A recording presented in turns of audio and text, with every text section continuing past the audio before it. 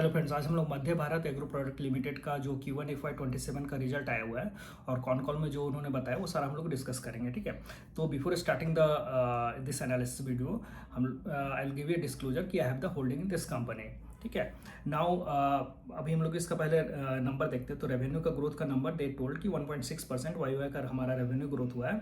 EBITDA का growth 15.8% का EBITDA का ग्रोथ हुआ है। पैट का 17% का ग्रोथ हुआ है। Now you might have the question in your mind कि जब रेवेन्यू का ग्रोथ नहीं हुआ तो how they are getting this EBITDA, मतलब earning before taxes and all those things, and how they are getting the PAT, क्योंकि revenue से this things are linked, right. In most of the businesses में ऐसा रहता है, right. Now so इसके लिए क्या हुआ है कि उन्होंने क्या किया कि मार्च में जब रॉ मटेरियल का प्राइसेस बढ़ रहा था उस समय रॉ मटेरियल बहुत सारा परचेज करके रखा, और एंड उसके कारण क्या हुआ कि they able to do this EBITDA and PAT का ग्रोथ, बट रेवेन्यू का ग्रोथ उनका फ्लैट रहा है। But management also talked about कि डिस्पाइट ऑल द चैलेंजेस हमने जो गाइडेंस दिया है FY27 का कि हम लोग 50 to 60% के आसपास से रेवेन्यू का ग्रोथ करेंगे, वो हमारा गाइडेंस इंटैक्ट है। मतलब गाइडेंस में अभी तक तो कुछ चेंजेस नहीं किया है। और so this is the thing, मतलब मैनेजमेंट इज स्टिल कॉन्फिडेंट कि उनका वो they will able to meet the guidance. And they also talked about कि इंडस्ट्री वाइज क्या हो रहा है। तो दे टोल्ड कि Q1 is very challenging, Q1 was very challenging उनके लिए। और even all the other businesses जो भी इस तरह के जो खाद बनाने वाली कंपनीज है वो सबके लिए ये चैलेंजिंग है। बेसिकली चैलेंजिंग था क्योंकि पहला हुआ कि इसमें तीन चीज़ें हुए। जो रॉ मटेरियल का प्राइसेस इंक्रीज हुआ बिकॉज ऑफ दिस जो वार हो रहा था एंड ऑल दोज थिंग्स, उसके कारण मटेरियल नहीं मिल रहा था, और उसके कारण ये सब चीज़ें, गैस का प्राइसेस बढ़ा था रिसेंटली, तो उसके कारण रॉ मटेरियल का प्राइसेस बढ़ गया। उससे क्या होगा कि अगर रॉ मटेरियल आपको ज़्यादा दाम में मिलेगा तो you will not able to get lot of margin from the your product, right। फिर सप्लाई चेन का डिस्टर्बेंस, मतलब you will not able to get supply all those things, right. वो सारा कुछ देन द मानसून का delay हुआ, that cause the other problem कि monsoon इस बार बाद में थोड़ा लेट से आया।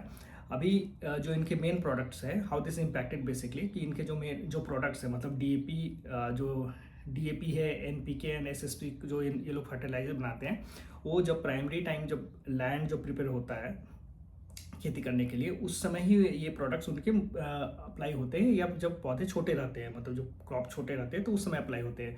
तो अभी जब लैंड का प्रिपरेशन आपका बाद में हो रहा है तो ऑब्वियसली ये प्रोडक्ट लगेंगे नहीं मार्केट में, मतलब ये प्रोडक्ट किसान यूज नहीं करेंगे तो आपका सेल नहीं होगा, right. So this basically created a sort of the headwind. ये जो 3-4 चीज़ें हुई और मानसून का ये जो डिले हुआ उसके कारण थोड़ा एक हेडविंड क्रिएट हुआ, but that is a temporary, क्योंकि हमने देखा कि जुलाई से मानसून इज़ अगेन अच्छा हो रहा है, राइट। तो उससे क्या होगा कि अभी फिर से जब ये प्रोडक्ट उनके यूज होने लगेंगे then we should be able to see कि रेवेन्यू में ग्रोथ वगैरह आएगा क्या। ठीक है, तो आगे के रिजल्ट में अपने को पता चलेगा। देन दे टॉक्ट अबाउट कि इंडस्ट्री वाइज जो एसएसपी का प्रोडक्शन है और एनपीके का प्रोडक्शन है, दैट वाज आल्सो डिक्लाइन। मतलब एसएसपी का production is decline by 7% and NPK का production is decline by -28% during April and May 2026। But same time they are saying कि डिमांड सिनेरियो में कुछ ज़्यादा चेंजेस नहीं आया है, और डिमांड सिनेरियो हमारा स्ट्रॉन्ग है क्योंकि industry wise again they told about कि एसएसपी का जो सेल है that is grown by 28% Y, NPK का sale that is up by 33% Y. Plus government का जो पॉलिसीज है and all those thing that is also supportive to this kind of industry, क्योंकि again this is link to the farming and the agriculture, right. And monsoon का हमने बात किया, that gain the momentum. तो अभी आगे चल के अपने को देखना होगा कि how they are able to do this revenue का ग्रोथ कैसे कर रहे हैं and all those things. Then they talked about कि कैपेक्स के बारे में। So during the quarter they acquired 52,600 square meter of land for additional expansion, जो आगे फ्यूचर के एक्सपेंशन के लिए वो लोग उन्होंने एक्वायर किया land. Then they talked about कि आई थिंक पिछले कॉन में भी उन्होंने बोला था कि जो नेक्स्ट फेज ऑफ प्रोजेक्ट्स है that is going to commission in October 2026, that is progressing well. उसके अंदर वो लोग क्या कर रहे हैं, they are doing this 3,30,000 metric ton per annum का डीएपी एंड एनपीके का फर्टिलाइजर कैपेसिटी कर रहे हैं, एंड 99,000 का मीट्रिक टन पर एनएम का फॉस्फोरिक एसिड का कैपेसिटी एक्सपैंड कर रहे हैं। ठीक है, तो ये सारा कुछ कमीशन होने वाला है कब, अक्टूबर 2026 में। And management also saying the same thing कि जब ये सारा कमीशन हो जाएगा तो will able to see the good growth in the company. They also talked about जो फाइनल फेज ऑफ प्रोजेक्ट्स है, मतलब वो हमारा अक्टूबर 2020, मतलब उसके एक साल के बाद जो फाइनल फेज है, ये जो एक्सपेंशन ये सब कुछ चल रहा है उसका जो फाइनल फेज है वो अब कमीशन हो जाएगा।